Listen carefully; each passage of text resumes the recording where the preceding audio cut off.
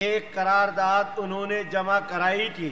میرے بھائیوں، یہ بھی ایک تاریخی حقیقت ہے کہ ایک قرارداد ہمارے مخدوم حضرت مولانا غلام غوث ہزاروی نے جمع کرائی تھی۔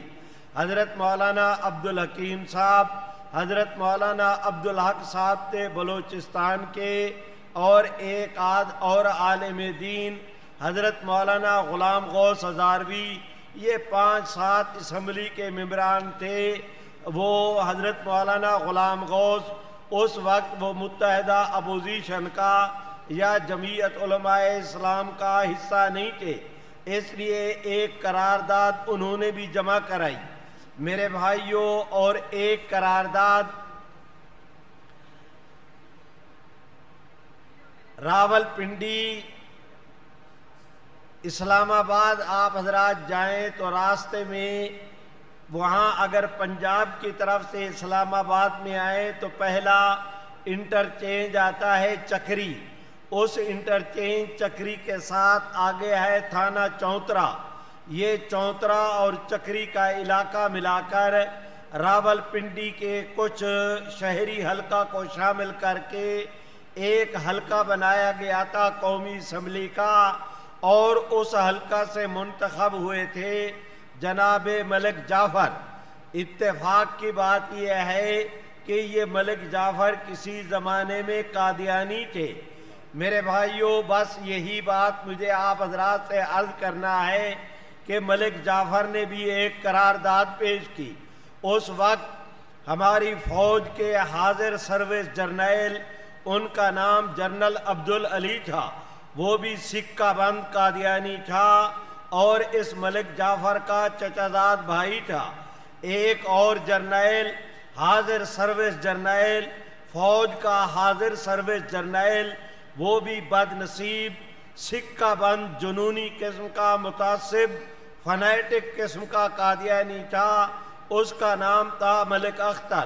ملک اختر اور جنرل عبدالعلی دونوں جرنیل، دونوں قادیانی، دونوں بھائی، ملک جعفر ان کا چچا زاد بھائی، یہ تینوں قادیان کے اندر پڑھتے رہے۔ جس وقت اپنا تعلیم سے فارغ ہوئے جنرل عبدالعلی اور ملک اختر، ان قادیانیوں نے فوج کی ملازمت اختیار کر لی۔ ملک جعفر کو اللہ نے موقع دیا کہ یہ بندہ خدا آزادانہ طور پر تجارت بھی کرتا رہا، اس نے سول سروس بھی کی۔ آگے ایک ایسا وقت آیا کہ اس کو آزادانہ ماحول میں اللہ رب العزت نے مطالعہ کی توفیق بخشی۔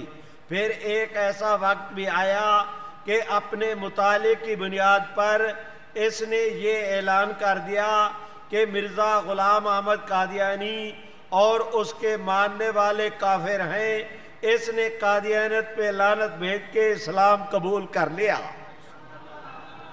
میرے بھائیوں، اب میں آپ حضرات سے درخواست کرتا ہوں کہ میں نے اپنی گفتگو میں جنرل عبدالعلی اور ملک اختر کے لیے بڑے سخت لفظ استعمال کیے کہ وہ جنونی قسم کے ملعون حاضر سروس فوجی جرنیل ہونے کے باوجود وہ ملعون قادیانی تھے۔ میں نے یہ شدت کے لفظ کیوں استعمال کیے؟ اس کی وجہ یہ ہے کہ فوج کا ایک جرنیل، حاضر سروس جرنیل، وہ اس اپنی سروس کے دوران وہ قادیانی جماعت اسلام آباد کا صدر بھی تھا۔ اگر ایک جرنیل قادیانی ہونے کے ناطے وہ قادیانی جماعت کی سپورٹ سے بعد نہیں آتا تو میرے دل میں بھی اس کا کوئی احترام نہیں۔ مسئلہ کل بھی یہی تھا، مسئلہ آج بھی یہی ہے کہ مرزا غلام احمد اور اس کے ماننے والے کافر ہیں۔ آپ بھی میرے ساتھ مل کے کہہ دیں کہ مرزا قادیانی اور اس کے ماننے والے کون ہیں؟ بلند آواز سے۔ مرزا قادیانی اور اس کے ماننے والے کون ہیں؟ وہ فوج کا جرنل ہو، حاضر سروس ہو یا ریٹائر، جو بھی مرزا غلام احمد قادیانی کو مانتا ہے، آپ بلند آواز کے ساتھ کہیں کہ مسئلے کی روح سے وہ اور اس کے ماننے والے کون؟ میرے بھائیوں، ادھر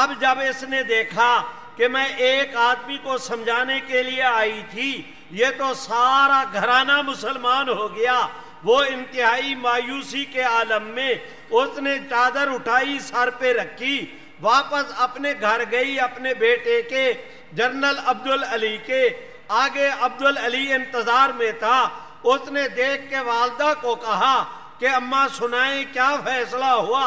اس نے کہا بیٹا فیصلہ کیا ہونا ہے، وہ پہلے تو ملک جعفر مسلمان ہوا، اب تیری بہن نے بھی اسلام قبول کر لیا ہے، تیرے بھانجے بھانجیوں نے بھی سبھی نے اسلام قبول کر لیا ہے، کوئی قادیانیت اختیار کرنے کے لیے وہ تیار نہیں، سارے مسلمان ہیں، ان کا قادیانیت کے ساتھ کوئی تعلق نہیں، ان کا یہ حتمی فیصلہ ہے، اب اسے تبدیل کرانا بھی میرے اختیار میں نہیں۔ جنرل عبدالعلی نے ماں کو کہا، اس کے اوپر دباؤ ڈالا کہ اماں آپ فیصلہ کریں کہ آج کے بعد میری بہن کے گھر میں، یعنی اپنی بیٹی کے ہاں، اپنے نواسوں کے ہاں، اپنے بھتیجے داماد کے ہاں آج کے بعد نہیں جائیں گی، وہ جائیں سارے جہنم میں۔ اگر انہوں نے قادیانیت کو چھوڑا تو ہم نے بھی ان کو چھوڑا۔ آگے سے اس کی والدہ نے جواب دیا کہ بیٹا آپ قادیانی، پنجابی میں کہا، میں پنجابی کا جملہ عرض کر کے اس کا ترجمہ عرض کر دیتا ہوں۔ اس نے پنجابی میں کہا اپنے اس بیٹے کو کہ وے عبدالعلی پانی تلوارا مارن نال پانی کدے کٹ نہیں پہندے۔ مقصد یہ تھا کہ اگر پانی روانی کے ساتھ چل رہا ہو، اس کے اندر تلوار ماری جائے، پانی کبھی کٹتا نہیں ہے، کبھی جدائی کو قبول نہیں کرتا، لاکھ تلواریں مارتے رہو پانی تو ایک ساتھ مل کر جاتا ہے۔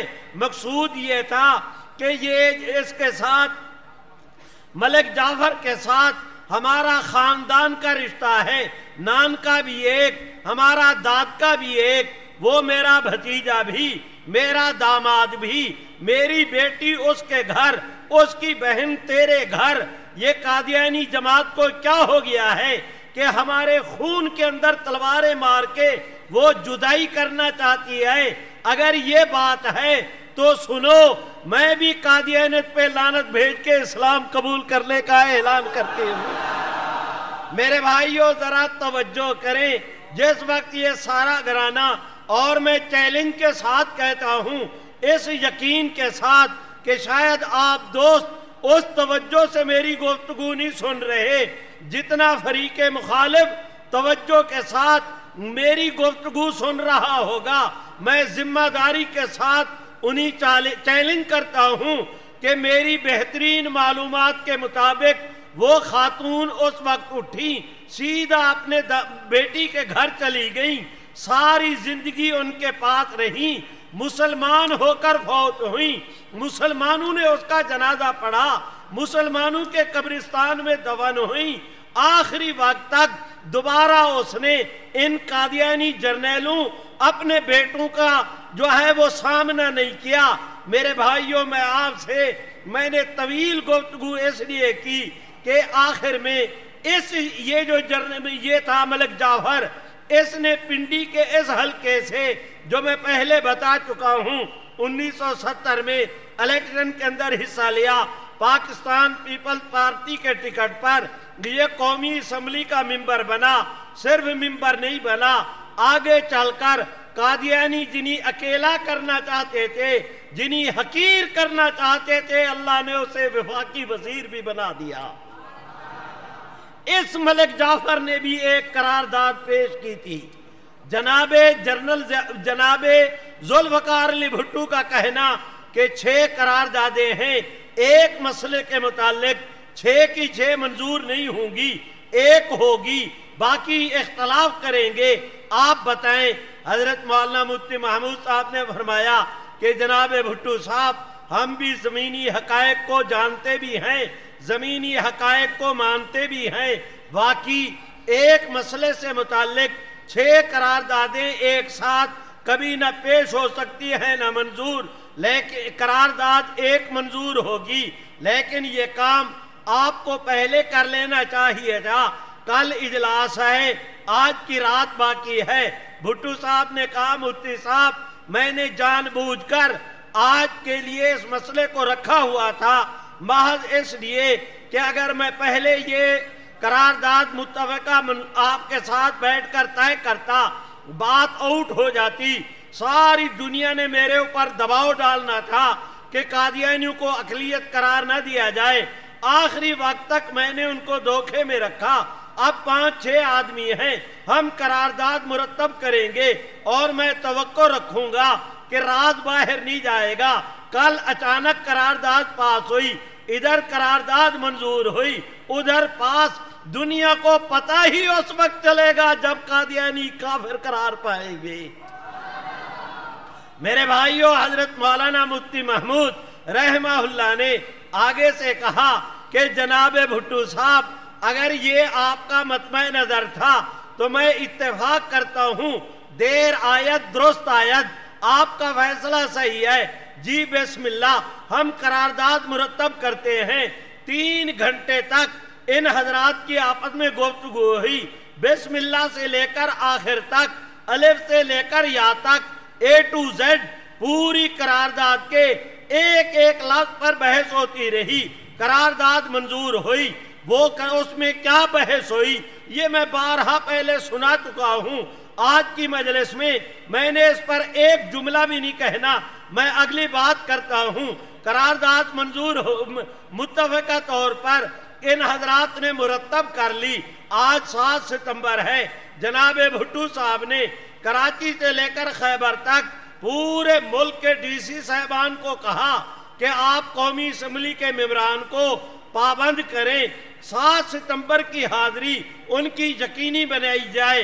میرے بھائیوں، آج جس طرح یہ جم غفیر جہاں تک نظر جاتی ہے، آپ دوستوں کا یہ اجتماع جس عزم اور جذبے کے تحت آپ یہاں پر آج جمع ہیں، میرے بھائیوں اس سے کہیں زیادہ جوش و خروش کے ساتھ ادھر 7 ستمبر کو اسمبلی کا اجلاس ہوا، ادھر ممبر صاحبان آئے، ایک سیٹ بھی خالی نہیں تھی۔ وہ دیکھیں سپیکر نے صدارت سنبھالی، اعلان ہوا تلاوت کا، بھائیو تلاوت ہوئی۔ تلاوت کے بعد جناب سپیکر صاحب نے رولنگ دی کہ وہ 5 قراردادیں، ان 6 قراردادیں ان سب کو واپس لیا جاتا ہے، اس کی بجائے ایک قرارداد متفقہ طور پر ہاؤس کی طرف سے جناب وفاقی وزیر قانون عبدالحفیظ پیرزادہ پیش کریں گے۔ وہ کھڑے ہوئے، 3 منٹ میں انہوں نے پوری قرارداد پڑھ دی۔ میرے بھائیوں اس کے بعد پھر پہلی خواندگی، دوسری، تیسری خواندگی مکمل ہو گئی۔ حضرت مولانا مفتی محمود اٹھے، کام تو وہ رات کرا چکے تھے، آج تقریر کیا کرنا ہے، آدھے منٹ میں تائید کے جو جملے کہے، حضرت مولانا مفتی محمود بھی بیٹھ گئے۔ یوں قرارداد منظور ہوئی، پوری اسمبلی نے نعرہ لگایا۔ تم بھی میرے ساتھ مل کے اسی سنت اسی یاد کو تازہ کرتے ہوئے میرے ساتھ مل کے نعرہ لگا دو، تاج و تخت ختم نبوت، اور بلند آواز سے تاج و تخت ختم نبوت۔ میرے بھائیوں میں اختصار کر رہا ہوں، میں درخواست یہ کرتا ہوں، یہ قرارداد منظور ہوئی، آئین کا حصہ بنی۔ آگے آیا جناب ضیاء صاحب کا زمانہ، انہوں نے اس بھٹو صاحب کے زمانے میں آئین کے اندر ترمیم ہوئی تھی، آئین کے اندر ترمیم ہوئی تھی، جناب ضیاء صاحب نے اس کے اوپر قانون سازی کی، طے کر دیا گیا کہ کوئی قادیانی اپنے آپ کو مسلمان نہیں کہہ سکتا، کوئی قادیانی اپنی عبادت گاہ کو مسجد نہیں کہہ سکتا، کوئی قادیانی آج کے بعد قادیانیت کو اسلام کے نام پر پیش نہیں کر سکتا، کوئی قادیانی مرزا قادیانی کے دیکھنے والوں کو صحابی نہیں کہہ سکتا، کوئی قادیانی مرزا قادیانی کے خاندان کو اہل بیت نہیں کہہ سکتا، کوئی قادیانی مرزا کی بیوی کو ام المومنین نہیں کہہ سکتا، کوئی قادیانی آج کے بعد مسلمانوں کی طرز پر اپنی عبادت گاہوں میں اذان نہیں دے سکتا، کوئی قادیانی کوئی ایسی نشانی اور علامت استعمال نہیں کر سکتا جس سے کہ ان کا مسلمان ہونا سمجھا جائے۔ بھائیو یہ قانون منظور ہوا، اب میں درخواست کرتا ہوں نتیجے کی طرف بڑھیں، میں پھر آپ سے اجازت لوں۔ بھائیو قادیانیوں نے جناب جنرل ضیاء الحق صاحب کے اس امتناع قادیانیت قانون کو انہوں نے چیلنج کیا وفاقی شرعی عدالت میں۔ بھائیو کم از کم میں ان لوگوں میں ہوں جنہوں نے اس منظر کو دیکھا ہے، میں نے اس دینی قیادت کی رب محمد کی قسم جوتیاں درست کی ہیں۔ 1 مہینے تک لاہور کے ہائی کورٹ میں وہ وفاقی شرعی عدالت کا اجلاس ہوا۔ میرے بھائیوں ادھر سے قادیانی بھی آئے، ادھر سے اہل اسلام بھی آئے، مہینے تک بحث چلتی رہی کہ یہ آرڈیننس ٹھیک نہیں، وہ کہتے ہیں ٹھیک نہیں، ہمارے حضرات کہتے تھے یہ ٹھیک ہے، وہ کہتے تھے نہیں اس میں یہ ترمیم، بحث چلتی رہی۔ قادیانیوں کو اپنی طاقت پہ ناز تھا، علماء کو محمد عربی کی غلامی پہ ناز تھا۔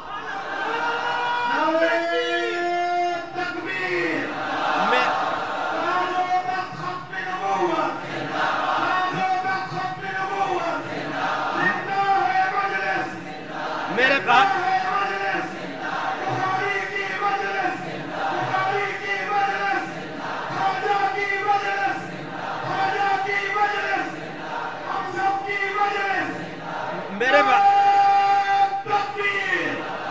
میرے بھائیوں میں درخواست کرتا ہوں مجھ پر رحم کیا جائے، نعروں کی بجائے مجھ مسکین کی گفتگو کو سنیں، میں 2-4 منٹ میں ختم کرتا ہوں۔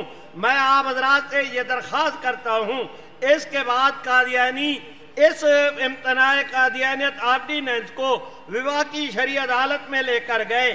میرے بھائیوں 1 مہینے تک کیس چلتا رہا، آج فیصلہ ہونا ہے۔ جس وقت فیصلہ ہوا میرے بھائیوں تاریخ کے اندر یہ بات محفوظ ہے، ادھر فیصلے کا اعلان کیا ہوا کہ کفر ہار گیا، اسلام جیت گیا۔